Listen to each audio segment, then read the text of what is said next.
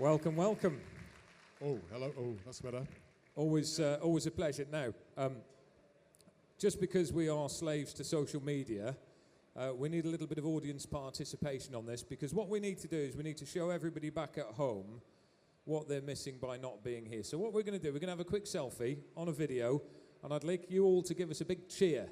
So it'll be 1, 2, 3, and a great big cheer, please, as and when we do it. So we'll just flip that round. I'll try and get it right. So here we are. This is the Northern Angling Show. I'm Rob Hughes. This is Jeremy Wade. Are we enjoying ourselves, folks? There you go. Look at that. If you're not here, that's what you're missing. Join us tomorrow. Right, there we go. That's the business side of things, done and dusted. Jeremy, grab a seat. Or are you more comfortable standing? I don't know. Sitting's nice and it's more casual and informal, sitting's more isn't it? casual. Yeah. There we go. Right, I'm going to pull this one round. Wow, what a... I'll come here. There we go. Oh, you're going there. Yeah. What a whistle-stop tour it's been, but it's been going quite a while now, River Monsters, isn't it? 10 years now. Originally, I thought it was just going to be one program. That was the Goonge Catfish. I think a lot of you will remember that. And that was amazingly successful. And then when the TV people came back and said, "Are there any more programs like that?" I went, "No, there's nothing like that." But here we are 10 years later. How long have you been fishing? I was 7 or 8 when I first started fishing. That was in East Anglia, River Stour. So I started off, it was roach, gudgeon, perch, graduated to chub. I remember when a 3-pound chub was a monster, you know, a 3-pound chub. I'd never seen anything like it. Then on to pike, and then I was seriously into my carp in my teens and early Good 20s. lad. Proper fishing. Yeah, Carp yeah. fishing.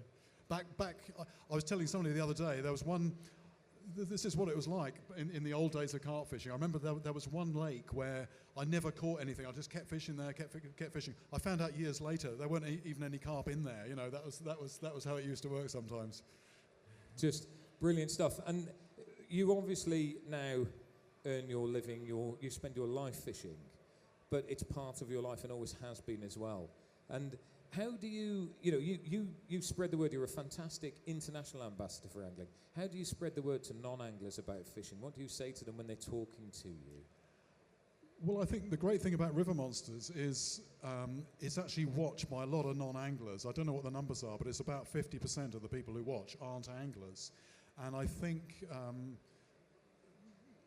the reason one of the things they take away from that, they get to understand anglers. I think, a lot of them say, I know, I'm not going to take up fishing, but I know why you do it now. I can understand what it is about it. What I'm trying to do at the moment, River Monsters has finished, but I'm still working, and I've been working on some programs which are more about the world's great rivers and the problems that are being faced by fish around the world. The thing is, fish are globally, they're disappearing, and it's something that people aren't aware of. It tends to only be anglers that know about what's under the surface. You can look at a river and think, oh, that's a nice, pretty river, but maybe there's no fish in it.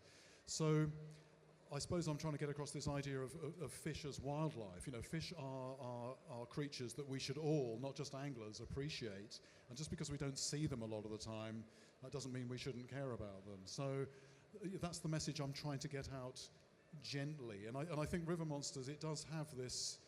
We don't really try to wave our fingers at people. You must care about this. But I think just what I've been trying to do is make people aware of these fantastic animals. Something like a Goonge catfish, a Goliath tigerfish. Most people never knew that kind of creature existed. People know about lions and tigers and elephants and giraffes, and they don't know what lives under the water. So that's largely what I'm trying to do. Just make people aware of what's down there, and then from there, hopefully they'll care about them. I think one of the things for me, it's a brilliant message to get across, but one of the things for me from River Monsters as well is that your audience is so wide. And I'm just looking down here now at 2 young little girls that are taking your photograph, and they will be River Monsters fans. Yeah, there's a little nod from the one with the ears on down there, yes. And then you can look all the way through, both male and female, from 5 years old to 85 years old, and there's something that appeals. It's just such a great vehicle to be able to get that message across about what fishing is. We've got some clips that we'll come to in a moment to look at some of the fish that you've been fishing for. But I'd like to talk to you now about some of the weirdest and wildest adventures that you've had. So and I've sprung this on him. We were chatting beforehand about what we're going to talk about, and I actually quite like not to brief the guest. Because if I brief the guest, they think about it too much. So you've now had a little opportunity and something will have shot to the forefront of your mind. So if you were to go back and go, that was the weirdest thing we ever did, what was it? It's always hard picking one, but I mean, one of the weirdest things, I did an episode about electric eels and ended up finding this massive electric eel in about 6 inches of water in a pond about the size, well, not much bigger than this lake in Brazil. It was drying out. It wasn't really even water. It was like liquid mud. And in fact, besides this really big one, there were about 20 or 30 almost embedded in dried up mud. There's something sort of quite creepy about that. How can they just? Because what would happen? That would completely dry out, and then when the rains came, they would then come back to life again. And I'm as well as being an angler, I'm a biologist. I used to be a biology teacher, and just the the endless weirdness of the natural world is something that I find fascinating. But yeah, a 6-foot electric eel in 6 foot of liquid mud. I wasn't going to catch that on a hook. I ended up lassoing it. Some of you might remember that because it's got a bit of a lasso on the end of a pole, and dragged it out, and then dealt with it with big rubber gloves and boots and things. Yeah, that's one of the weirdest, one of the creepiest, I think. Fantastic. Well, there's one monster fish that stands out to me as just being a really, really impressive creature, and that's the Goliath tigerfish, because they look proper savage. I think we've got a clip. Can we run this clip? We'll just...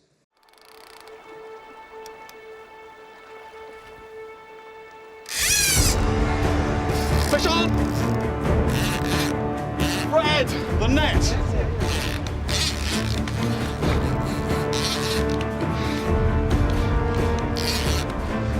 Okay, I've got to just keep pressure from above because there's rocks, and I've got to...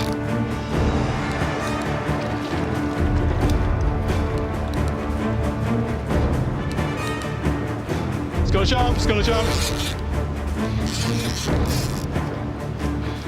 That's the float, it's gonna see the fish very soon. Gonna see the fish very soon. There it is, that's a good fish. Look at that.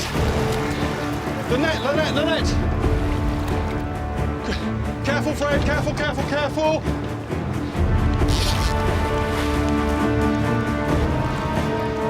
Right, we want to be very careful now.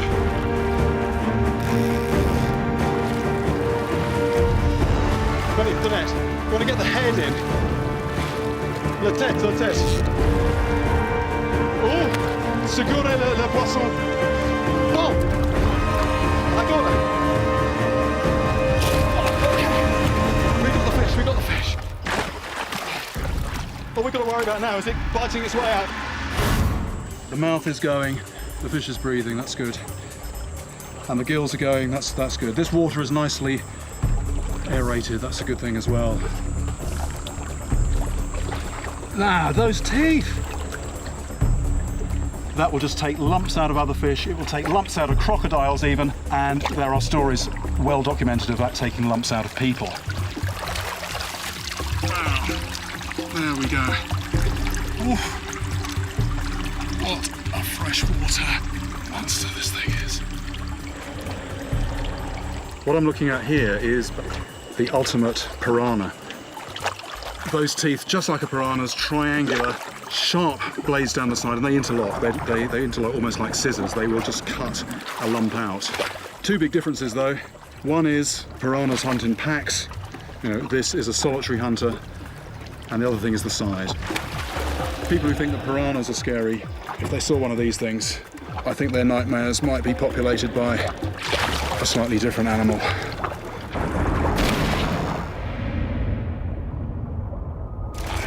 I land one of the biggest... First question I've got is, did you unhook it, or did your guide unhook that one? I'm just trying to remember. I think I did with a pair of pliers. I mean, one of the big problems with Goliath tigerfish is you're always worried about the hook coming out. I mean, what they tend to do, I mean, and you can wait days for a take, and what they tend to do is literally within a couple of seconds jump out of the water so you can see them, you can see the size, and then they just spit the hook out because the mouth is just so bony. So my big worry there is it's just going to spit the hook out. How long did it take to catch that one then? I mean, actually, to land it was you know, I'm using a 150-pound braid there. So, and one of the reasons I'm using braid because I want the zero stretch from that. You know, I want to get the hooks in as well as I can. So that was maybe 5 or 10 minutes. But actually, the process of being on the water and I think I'd lost a couple before that had thrown the hook. I think that was about 3 weeks or something. There's an awful lot of work goes into making a program, isn't there? Yeah, most of the time I'm filming actually is not fishing. When I'm filming, it's normally 3 weeks that I'm away, and normally 3 or 4 days out of that is fishing. On this one, you know, when we know it's going to be difficult, it might be 10 days, it might be more than that. But the interesting thing, when the time is limited, it focuses your mind. I mean, it's very interesting. If you've got lots of time, I think you can be a little bit lazy. You just turn up, you just chuck the line out, and sooner or later something's going to happen. But if your time is limited, you know, you really think it through. And so, I'm always asking myself, am I fishing effectively? Am I truly confident? If I hook something, am I going to get it in? I might only have one opportunity. And if I have any doubt at all, right, okay, I've got to sort it. I can't just sit there and fish ineffectively without confidence. I think that's great advice for anybody going fishing for whatever they're fishing for. And, you know, the stakes are very high for you because it's the time, it's the travel, it's the cost of having a crew there, etc., etc. So, you know, that to me, I look at that and I'd love to catch one of those. Just because of how it looks. How big was that, incidentally?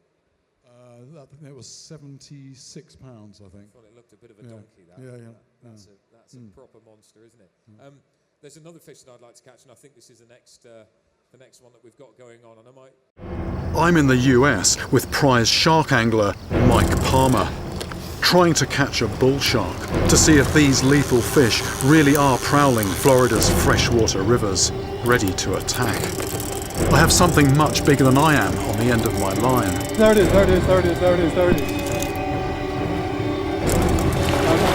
As I pull it close to shore, it's clear I've hooked a giant. But this is no shark. Fisher's Beach now. Just gonna go in there and grab it. It's a Goliath grouper.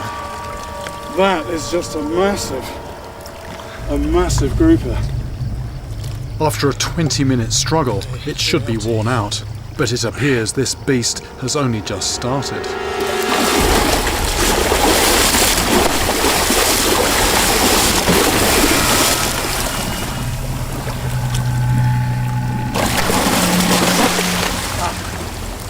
As it thrashes, not only do I have to be wary of the giant hook in its mouth, but also the spikes along its back. Get this out. Hook's out. That is a beast. The length is 83 inches. 69, 83. About 69 inches. That's just shy of 7 feet long and over 5.5 feet around. At this kind of size, it's going to weigh over 350 pounds. But they can grow even bigger, to over 600 pounds and 8 feet long. I could feel it as a heavy fish, and it was also taking line against a very heavy drag. But what I was expecting to see when it came in close was a big dorsal of a bull shark. And then these spikes break the surface. Although these are very tough, resilient creatures, it's probably time to put this back. I want to get it into deeper water to release it, but even with Mike watching my back, this monster isn't going anywhere easily. Look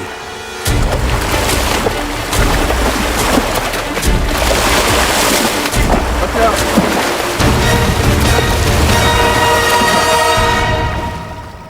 I think I'm knee deep in water. This fish, its belly is still scraping the bottom. like as tired as I do, or sink into a corner somewhere and just recover for a little while. But the priority for me is to get another bait out. There's big bull shark out there. Goliath, don't they, those creatures? Yeah, and they grow bigger than that as well. Yeah. Now, that to me brings it home about how big fish can be. But there's also an element of danger, isn't it? You know, there's a lot of drama in your show, and it's meant to have that drama to keep the audience. But actually, there is a reasonable amount of danger with it too, isn't it? That could cause you some damage. Yes, I mean a lot of the fish that I deal with, can potentially damage you if you're not careful. But I mean, the thing is, if you know what you're doing and you're really focused, you're going to keep out of trouble. I think one fish that's quite similar in appearance to the Goliath grouper is Nile perch, and they also have these, it's like sort of 6-inch nails along the back, and if you were careless or unlucky, you could have one of those sticking in your face, which you wouldn't want. So, but I think when you're focused, hopefully I come out of it intact, and so does the fish. Have you ever had any incidences where there's been problems, should we say? Do you know what's interesting? I've only had problems with small fish, because when it's a big fish, I will be totally focused. But I remember one time I was fishing in Argentina, and I caught a small catfish that was about, I don't know, foot or 18 inches long. And I'm holding, because I caught nothing else for several days, I'm holding it up and we're filming it, and I've got people talking to me. And this catfish has very sharp spines on its pectoral fins. And while I'm holding it, it started to wiggle a little bit. Now, I'm in a boat. I didn't want to drop it, so what I did, I just loosened my grip on it. And what it managed to do, it managed to stick one of those spikes in the back of my hand. And that is not life-threatening at all, but it's extremely painful. It's a sharp spike. They got this sort of toxic slime on there, and they had to run the bleeping machine quite a bit when they edited that bit. So small fish occasionally, but normally not any problems. Some of the places you go to as well, they seem to be that far out of the way that even little things could be a big problem, like cuts or infections or bits and bobs like that. If we're out in the jungle and you have a problem, then you can't nip down the shop and get a Band-Aid. Yeah, before I was making these programs on TV, I spent about 25 years traveling on my own, all different parts of the world, and an awful lot of that is not really about the fishing. It's just about surviving. It's about the day-to-day survival where you are, and hopefully you're going to come back in one piece. If you catch a fish, that's a bit of a bonus. But yes, it is things which here aren't a big deal, like a little scratch that would just heal here. In the tropics, that could turn into a tropical ulcer. I had a wasp sting me once in Brazil. Well, I had several wasps. They stung the back of my leg, and one of those, they all healed apart from one. One turned into this tropical ulcer.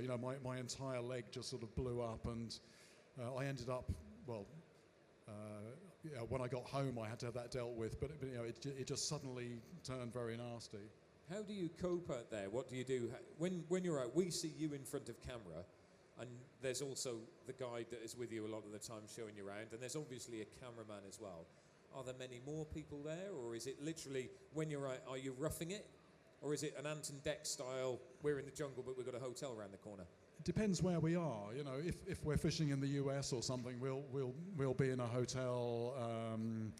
But a lot of the time we're camping. Sometimes we'll have people who are organising the camp for us. We'll have some people there. We might have hired someone to cook. Other times, for instance, the Congo, the Goliath tigerfish shoot, that we did everything ourselves. We just took everything in, and we were doing our own cooking. Yes, it's a small crew. It's normally myself and about 5 people. The important thing is being mobile. The other thing that's a real challenge for me is, as we all know, fishing is about stealth. And when you've got people who are, they're film professionals, but in the early days, they're all clumping behind me, and there were moments when I had to just turn around and go, look,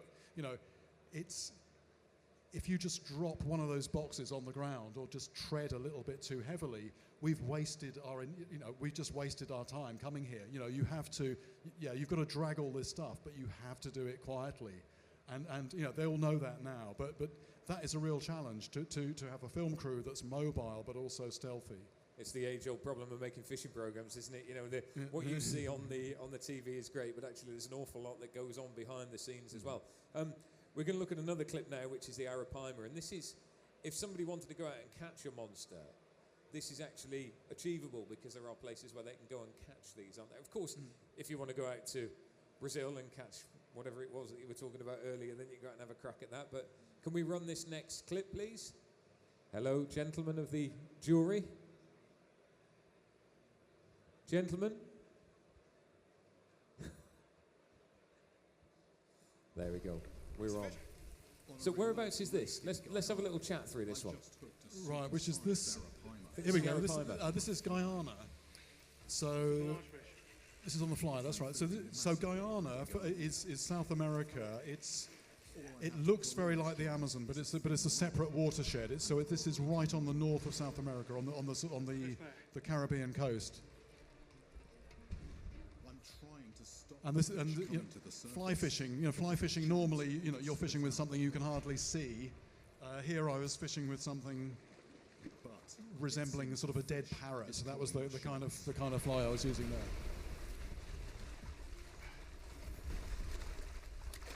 But have you made it easy for yourself or hard for yourself fishing with a fly for them? Are they meat eaters or are they more predator or? Well, the fly that I was using was actually tied to mimic a small fish, and it was sight fishing. So I couldn't see the fish, but I could see where they were. So what Arapaima do is they come up to the surface to gulp air occasionally, and I'd seen where this fish came up, and I cast so that the fly would intercept that. That wobbly boat wasn't great. I mean, fly fishing, I'm not a great fly caster anyway, but it's like casting a fly if someone's chopped your legs off at the knee. So that wasn't too easy. The take is very interesting. You would imagine a fish like that is going to pull your arm off when it takes the fly. What it feels like is someone just flicking your line like that. That's it. And then you have to strip, and at first you just don't feel anything, and eventually the slack all goes, and you've got the fish on the end.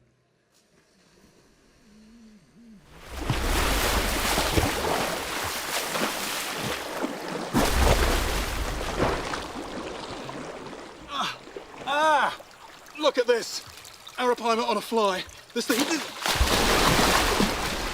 it's actually, I was going to say, it's built like a missile. This is a tired fish, believe it or not. Two of us can hardly restrain it. It is just, doesn't it look like a missile? Long, streamlined body. I'm thinking about 3 times the size of the one that hit me. Sent me flying, left me in pain for over a month. This thing came flying at you. Hit you in the right place, shall we say the wrong place.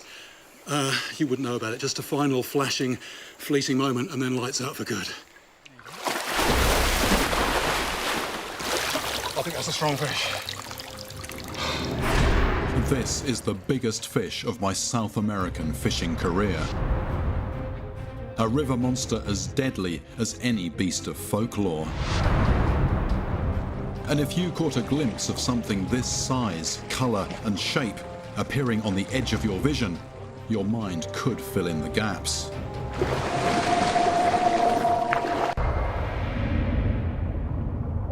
The smile on your face when you caught that said a lot. That must have been an amazing capture. It was a huge relief. That was actually the last day. I think I'd been fishing for 10 days. That was day 11. I'd had a small one, like about 110 pounds or something. Small one. A small one, which wasn't really big enough. So we went to this new lake, and we actually decided, myself and the guide, we're not even going to cast unless we see a big fish. And so we went out on the lake, and we're just spotting. We're spotting, and we found a group of 3 fish, 2 small ones, sort of 70 to 90 pounds, and 1 big one. And we tracked them across the lake, and then we waited.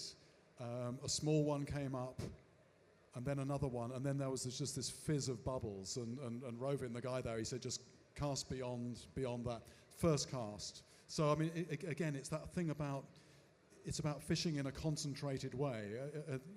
If you don't really think about it, you tend to think it's all about having the line in the water for the longest possible time. You just get there and you're just casting. It's not like that at all often. That was the first cast. Just yeah.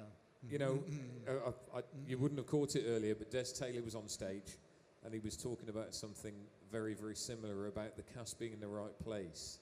Rather than getting straight in and wanting to thrash the water to a foam, what you tend to do is scare things off rather than have the opportune moment. And it's right, it doesn't matter whether you're fishing for chub or barbel on the river in Bewdley, or whether you're fishing for that there. It's the similar sort of principle, isn't it? Yeah, and at times when I fish artificials, lure fishing, like Marcia fishing in India, something which I find is very beneficial is instead of flogging the water, it's a really good idea occasionally just to go, I'm just gonna walk away. You put one lure on, you make maybe 4 or 5 casts through a pool, nothing responds, leave it half an hour, put something else on, creep up, again it's stealth, creep up. In still water, the chances are all the fish in the pool, they've seen that, they've seen it, they've decided not to take it. So don't keep flogging, just calm, think about it. It's a different approach. Talking about different approaches, actually, you've caught some enormous fish, bigger than most people could ever dream to catch. And yet, when you're back at home, big fish don't necessarily tickle your fancy, do they? What do you go for back at home? You're into, is it small stream trout fishing? That's what I want to get into. I've got various friends where I live. There's a little river near where I live. It's got some small trout in, and that's what I want to do when I've got a moment. And they catch them on a fly sometimes. I'm not really a fly angler, but they catch them on a fly, really in close. And I like that kind of thing as an antidote. I mean, a lot of the fishing I do, it's ridiculously heavy duty. It's really strong gear. And it's all about, because I'm doing it for TV, I want to get that fish in. So sport is not a huge part of the equation. I just want to know what's the biggest fish here, and actually get it out and see it and show it to the camera.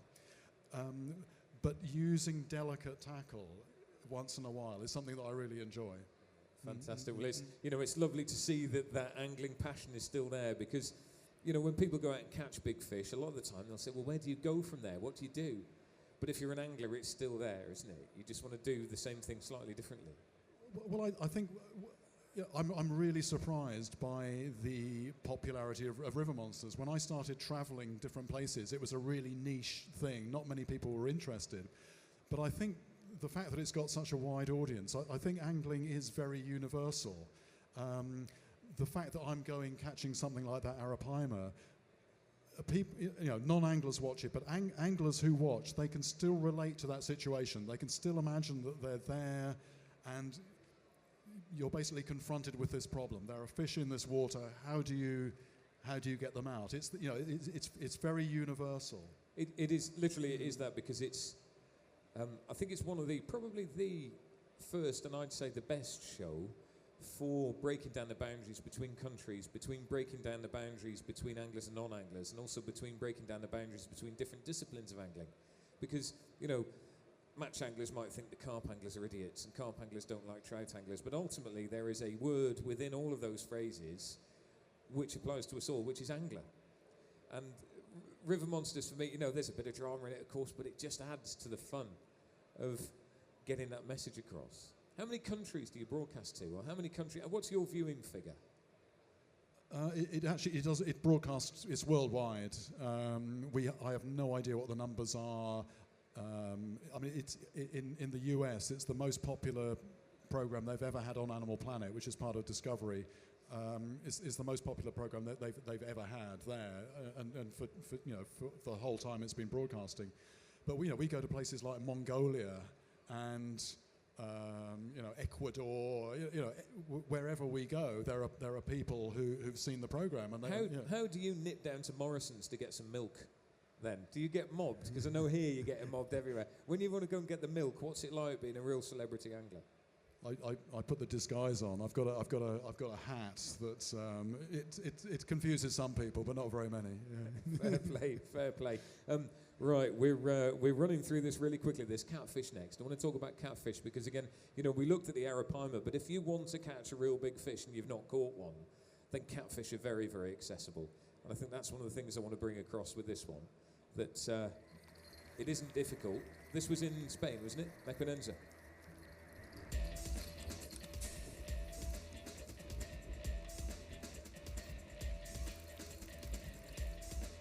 Is this one of your first ones? This is one of the first, yes. You might notice the rod changes colour a few times during this one. We sometimes get a few... It's slightly dishonest, but it's dishonest in a good way. It's making several fish look like one fish rather than the other way around.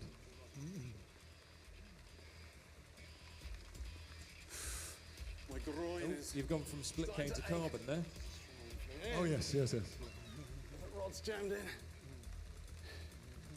This is physical stuff, physical work. It's coming up. Strong fish, but I think it's tiring. So how do these cats compare with some of the big things that you've caught in the wild and wonderful places in South America? There it is. Oh yeah, fight-wise, these are right up there. Something this size, if you're not, is capable of pulling you in. I mean, I've seen people with somebody else around their waist, just hanging on. 7 foot, 1, 2, 3. But yes, in Spain, very very realistic to expect something of 100 pounds, 150. Hello. And I can see its gullet opening and closing. But I started off fishing for catfish in this country when there were hardly any here. I think there was only a handful of waters that had them, and in a season I had about 6 or 7. Only one of them was over 10 pounds. I had an 11-pounder that I was really happy with. The rest were like 6 or 7. But that's just how things have moved on. There's quite a few places now, isn't there? What's the record at the moment? I know the record has been abolished, but I know that there's a couple of 3 over 100 pound, isn't there? They've caught 100-pound fish here, haven't they? Yeah. So I think it's the only fish over 100 pound that you can catch in the UK. So is that kilos? 75 kilos? This one, yes, it was 100 and... It's 160, 170 pound, isn't it? Yeah, I had a few around 150 there. Oh, just a few around 150. Cool. So, I remember seeing that one and the stories about the fact that catfish will eat your dog and all of this. Let's talk about fish that will actually eat your dog. Have you met any real dangerous ones? Have you met anything that you thought, actually, I'm not going anywhere near that? Well, I mean, the thing is, I think, a few people will say, hang on a minute, this is all rather sort of exaggerated. And in what we're doing, we're always taking a situation which is, it's very unlikely. There are things that happen in the world. They don't happen all the time, but they're very unlikely. What I didn't know, what's interesting about the Wales catfish, we started that program.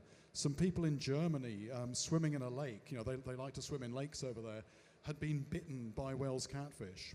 And what that was, a number of people, like 30 or 40 people, and when Wales catfish breed, they dig a nest on the bottom, and it's a territorial thing. So it's Wales catfish absolutely will bite your leg if you get too close to their nest. Other fish elsewhere, I mean, what it normally boils down to is it's normally mistaken identity. Something like a goonch catfish in India, living in muddy water, they're waiting for a small fish to swim in front of them. If somebody's foot comes very close, they'll grab that. They don't know it's a foot. It's something that might be edible. They're just as surprised to find out that it's a foot as the, Joking aside, I've had exactly that situation in linear fisheries in England. And really? I don't know if you know, but I do quite a lot of scuba diving. Right. And I take photographs of rigs and other bits and bobs. And I was taking some pictures of one guy's rig in linear fisheries in Oxford. And it's got one big catfish in there. The water was a little bit cloudy, so I took my fins off. And I'm doing a vertical descent feet first. And as I've got down, there is a catfish literally just underneath my feet, looking a bit fishy, for want of a better word. and it was hanging around the foot for a while. And I think that was, it was a close run thing because it was there looking at it. No coincidence. So I think that definitely happens. Yeah, absolutely. So, and again, besides Wels catfish, there are other fish which, most fish when they breed, they just, the eggs go in the water and they forget about them. But there are certain fish which will really fiercely guard their eggs. Snakeheads. I've spoken to people who they've been bitten by snakeheads, and this has been in clear water, so the snakehead knows that's a person, but if you come near my eggs, I'm going to bite you. There's one guy I spoke to in Thailand. He went to the hospital with a wound on his leg. They gave him a rabies jab. They didn't believe his story. They said, no, this is a dog. Arapaima as well. Arapaima guard their young. If you get too close to an Arapaima nest, they won't bite, but they will ram you. So these are not common occurrences that we deal with. But if you it's about being in the wrong place at the wrong time. It's interesting you say that because I'm thinking a little bit more deeper. There's not many fish that are parental. Not a lot. No, piranhas are. That's an interesting one. Piranhas, there's this nice cuddly side to piranhas. Piranhas are very devoted parents, and often it's happened quite a lot in Brazil. What they will do, it'll be a single bite by a piranha. So it's not a feeding frenzy that's going to strip all your skin off. You just got too close to their nest, and it's just one bite. Just a warning nip. Yeah. I think we've got piranhas next, actually. Can we get the next film up? We'll have a little look at piranhas, because I think piranhas, a lot of people are really fearful of piranhas, aren't they? They think, wow, piranhas are it. Piranhas and sharks, if you were to speak to anybody that doesn't know about fish, they would be piranhas and sharks as being the most fearful. How scary are they really? The thing about piranhas is its capability. They are definitely capable of stripping all the skin off somebody. The fact is, most of the time they won't do that. It's all about being in the wrong place at the wrong time. Luckily, this was not the wrong place at the wrong time, but because it's TV, I was made to test that. Everybody knows about I sharks. bet they can't eat biscuits quicker than Tom Maker. Just wondering if piranhas have the same He kind goes through a of packet of biscuits pretty sensitivity quickly. to blood. That'd have to be the right flavour, I think. Yeah. So the stimulant is blood, presumably, in the same way that sharks get pulled into a frenzy? Yeah, I mean, that's the other thing. I think a lot of anglers, what I try and do a lot of the time is I try and put myself into the mind of a fish. And we are very visual creatures. It's all about what we see. It's also about language. Most fish, and including these piranhas they'd normally be in murky water. And that whole idea of your existence being in the dark, but you still operate in the environment, and very often that is through scent. And fish, Wels catfish is another good example, just have incredibly good senses of smell. I mean, carp baits, it's all, that's you're broadcasting on the channel of scent to get those fish in. I think something I've picked up on from a technical point of view with the diving and also the carp fishing is that fish, and this is an obvious thing to say when you think about it, but fish in clear water are possibly primarily sight feeders with a secondary backup of sense, whereas fish in coloured waters are primarily scent feeders with a secondary backup of sight. Do you know, I think it's like being a fighter pilot. You're flying through cloud, you're looking for your enemy, so you're a predator.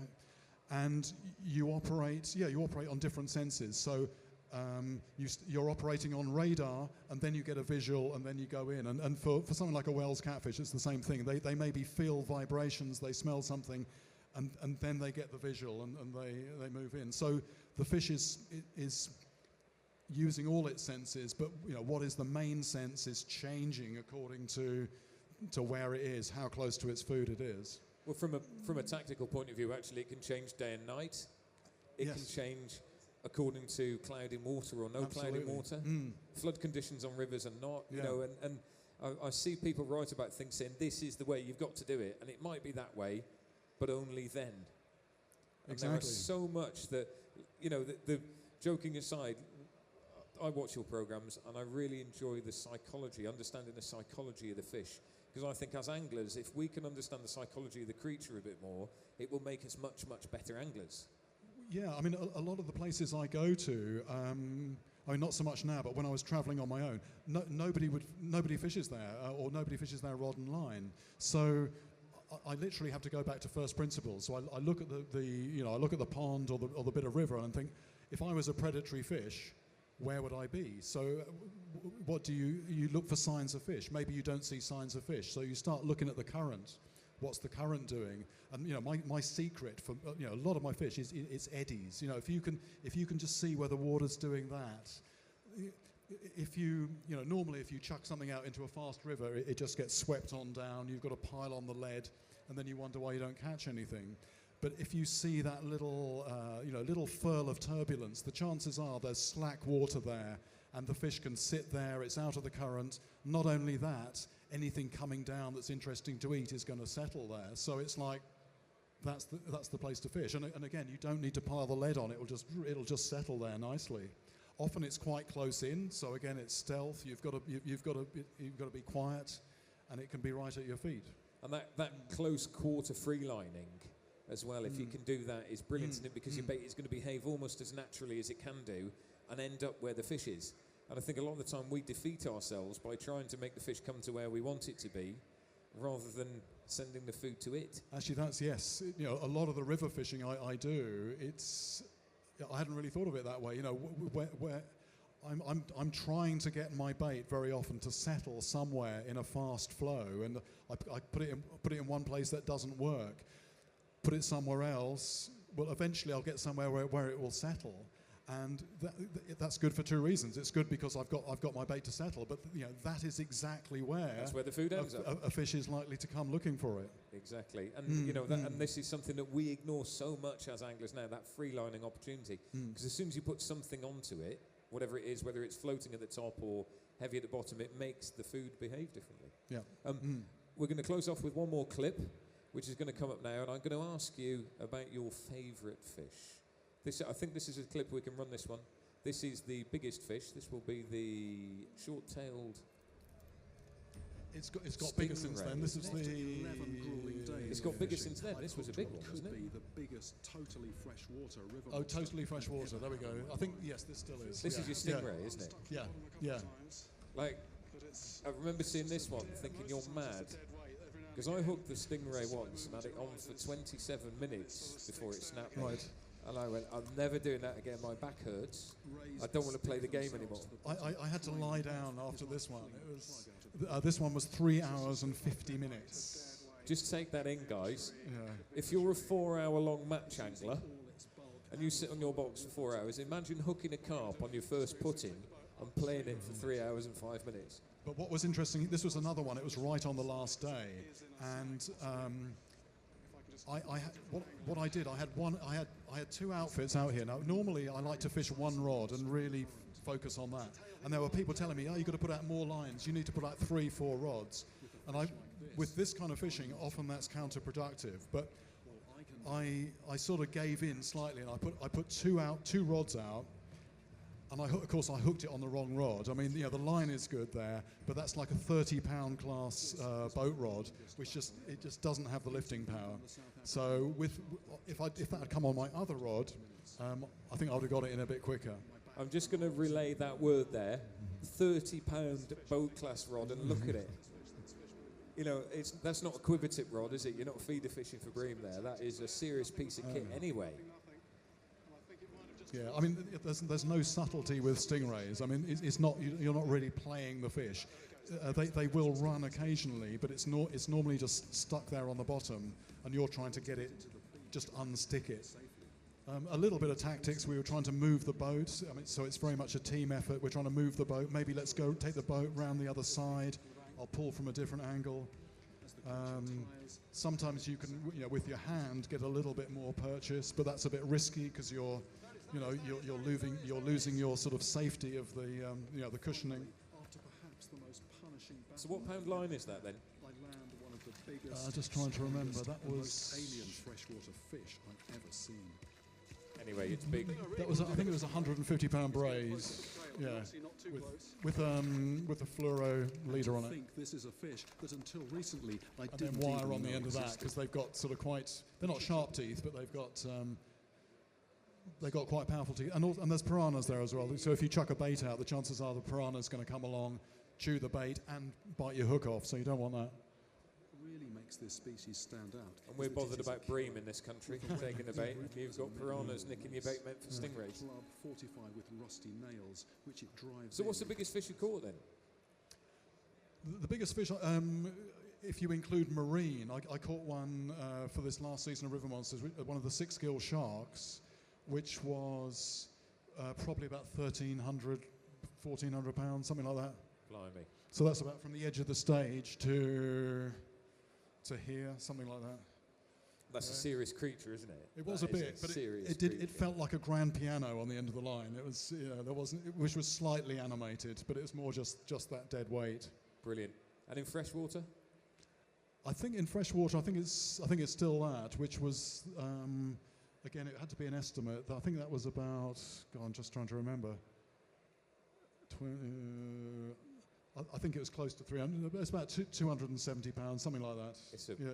It's a big old beast and something that looks very hard to handle as well. Well, look, we're more or less out of time. It's been an absolute pleasure and privilege to have you on stage up here at the show. No, likewise.